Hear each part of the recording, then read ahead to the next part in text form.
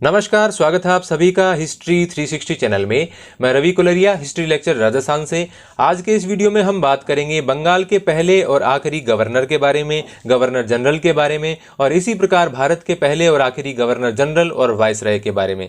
क्योंकि इस बारे में किताबों में और यूट्यूब पर इतनी भ्रामक जानकारियाँ उपलब्ध हैं कि मैंने सोचा कि इस पर एक शॉर्ट वीडियो बनाया जाए, और यदि ये आप लोगों को पसंद आता है तो मैं इसमें एक बड़ा वीडियो बनाऊंगा जिसमें सभी गवर्नर जनरल, वाइसराय सबके बारे में विस्तार से जानकारी दी हुई होगी, और वो वीडियो लगभग आधे घंटे का होगा। ये वीडियो शॉर्ट में है, सिर्फ कुछ जानकारियां बताने के लिए। अब सबसे पहले बंगाल के गवर्नर कौन थे, उसकी शुरुआत से पहले मैं आपको दो तीन बातें बता देता हूं कि एक तो 1633 से लेकर और 1699 तक, या आप कह सकते हैं 1700 तक ही मान लीजिए आप, कि बंगाल का प्रेसिडेंट स्वतंत्र नहीं था। सिर्फ 2 साल का समय बीच में ऐसा आता है 1682 से 1684, जब विलियम होजेज स्वतंत्र गवर्नर के रूप में काम करता है बंगाल में। इसके अलावा अन्य जो टाइम पीरियड है 1633 से लेकर 1699 तक का, उसमें बंगाल का गवर्नर मद्रास के गवर्नर का सबऑर्डिनेट होता था। 1699 से नई व्यवस्था सामने आती है, और जो तीनों प्रेसिडेंसीज हैं, तीनों प्रांत हैं, मद्रास, बंबई और बंगाल, उन तीनों के गवर्नर को इंडिपेंडेंट कर दिया। वो एक दूसरे के सबऑर्डिनेट नहीं है, और वो सबऑर्डिनेट हैं जो डायरेक्टर हैं कंपनी के लंदन के अंदर, उनके सबऑर्डिनेट ही हैं। तो ये 1699 की स्थिति हो गई। तो 1700 से यहां पर फोर्ट विलियम ऑफ बंगाल, जो किला है बंगाल में अंग्रेजों का, उसके स्वतंत्र गवर्नर हमें देखने को मिलते हैं, और यहीं से हम पहले गवर्नर की शुरुआत मानेंगे। तो 1699 के बाद में पहली बार बंगाल के स्वतंत्र गवर्नर सामने आते हैं, और इनके पहले गवर्नर माने जाएंगे सर चार्ल्स एयर। ये जोब चारनोक, जिन्होंने कलकत्ता की स्थापना की थी, उनके दामाद थे, और बंगाल के पहले गवर्नर माने जाएंगे। इसमें कोई कंफ्यूजन नहीं है। यदि आपको कहीं लिखा हुआ मिलता है कि रॉबर्ट क्लाइव या रोजर ड्रेक बंगाल के पहले गवर्नर थे, तो वो जानकारी निश्चित रूप से गलत है। सर चार्ल्स एयर बनते हैं 26 मई 1700 से 7 जनवरी 1701 तक वो गवर्नर रहते हैं। फिर बहुत सारे गवर्नर आते हैं। रोजर ड्रेक जो गवर्नर आते हैं वो आते हैं 1752 में। 1752 से लेकर 1758 तक रोजर ड्रेक गवर्नर रहते हैं। और ये जो गवर्नर नाम था, ये गवर्नर किसका होता था? इसका पूरा नाम होता था president in the bay, bay यानी खाड़ी, president in the bay and governor and commander in chief of Fort William in Bengal. जो बंगाल में फोर्ट विलियम जो किला था अंग्रेजों का, उसका गवर्नर और प्रेसिडेंट होता था ये तक। यदि आपको कोई कहता है कि रॉबर्ट क्लाइव प्लासी के युद्ध के समय बंगाल के गवर्नर थे, तो वो बिल्कुल ही गलत जानकारी है। रोजर ड्रेक 1758 तक गवर्नर रहते हैं, और प्लासी के युद्ध के दौरान गवर्नर थे रोजर ड्रेक, और ब्रिटिश सेना का नेतृत्व किया था रॉबर्ट क्लाइव ने। ये एकदम सही जानकारी है। तो रॉबर्ट क्लाइव गवर्नर कब बनते हैं? 1758 में, और 1758 से 1760 तक उनका पहला कार्यकाल है। 1765 से 1767 तक उनका दूसरा कार्यकाल है।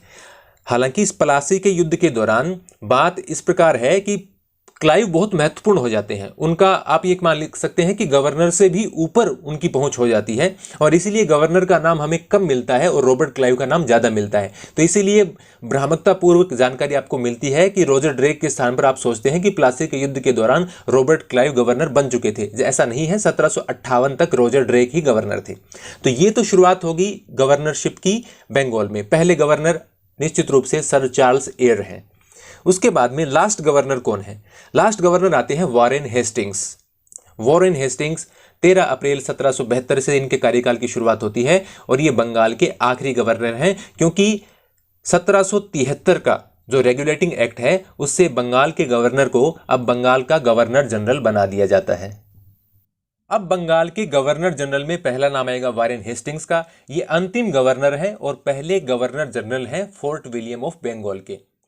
तो 13 अप्रैल 1772 को ये बंगाल के गवर्नर थे। 1774 तक रहते हैं, क्योंकि रेगुलेटिंग एक्ट 1773 वाला 1774 से शुरुआत होती है उसकी। तो 20 अक्टूबर 1774 से 8 फरवरी 1785 तक, यानी लगभग 11 साल तक वॉरेन हेस्टिंग्स बंगाल के पहले गवर्नर जनरल रहे। और अब बंबई और मद्रास जो प्रेसिडेंसी हैं, उनके गवर्नर बंगाल के गवर्नर जनरल के सबऑर्डिनेट हो गए। जैसे एक समय था जब बंगाल का गवर्नर मद्रास के गवर्नर का सबऑर्डिनेट हुआ करता था, अब गवर्नर जनरल पद बन गया है बंगाल का, और बंगाल का गवर्नर गवर्नर जनरल है, और मद्रास और बंबई के गवर्नर अब उसके सबऑर्डिनेट हैं। तो ये यहाँ से शुरुआत होती है गवर्नर जनरल ऑफ बंगाल की। फिर उसके बाद में कॉर्नवालिस आते हैं, जॉन शोर आते हैं, फिर उसके बाद में वेलेस्ली आते हैं, कॉर्नवालिस आते हैं, वो मैं एक बड़े वीडियो में आपको अंदर बताऊंगा। अब बात करते हैं अंतिम की। तो अंतिम गवर्नर जनरल है बंगाल के लॉर्ड विलियम बेंटिक। 4 जुलाई 1828 को बनते हैं, लेकिन जैसा कि आप जानते हैं कि 1833 के चार्टर एक्ट द्वारा भारत का गवर्नर जनरल बनाया गया। किसको? बंगाल के गवर्नर जनरल को। यानी कि 1833 के चार्टर एक्ट से बंगाल के गवर्नर जनरल को भारत का गवर्नर जनरल कहा जाने लगा।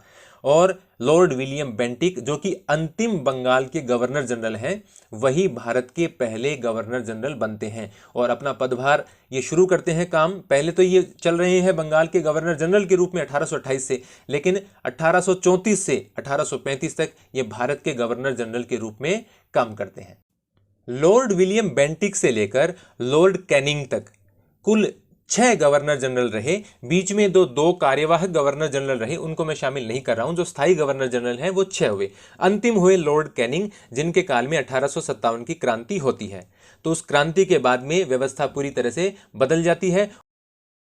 1858 के भारत सरकार अधिनियम के द्वारा भारत में कंपनी के शासन को समाप्त कर दिया गया और इस अधिनियम के द्वारा भारत के शासन का नियंत्रण ब्रिटिश सम्राट को सौंप दिया गया। इस समय विक्टोरिया ब्रिटेन की महारानी थी और इस अधिनियम के द्वारा बदलाव ये हुआ कि भारत के गवर्नर जनरल को सम्राट के प्रतिनिधि के रूप में वायसराय कहा जाने लगा और लॉर्ड कैनिंग जो अब तक भारत के गवर्नर जनरल थे, अब भारत के वायसराय कहे जाने लगे। और 1 नवंबर 1858 से 12 मार्च 1862 तक वो भारत के वायसराय रहे।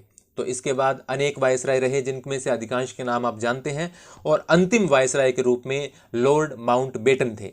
यानी ब्रिटेन के अधीन जब तक भारत रहा, भारत की आज़ादी से पहले तक आखिरी वायसराय लॉर्ड माउंटबेटन थे, लेकिन भारत की आज़ादी के बाद भी लॉर्ड माउंटबेटन ही भारत के वायसराय रहे। हालांकि उस समय मैं क्लियर कर दूं कि वायसराय पद समाप्त हो गया है, क्योंकि भारत अब ब्रिटेन के ताज के अधीन यानी ब्रिटेन के सम्राट या महारानी के अधीन नहीं रहा है।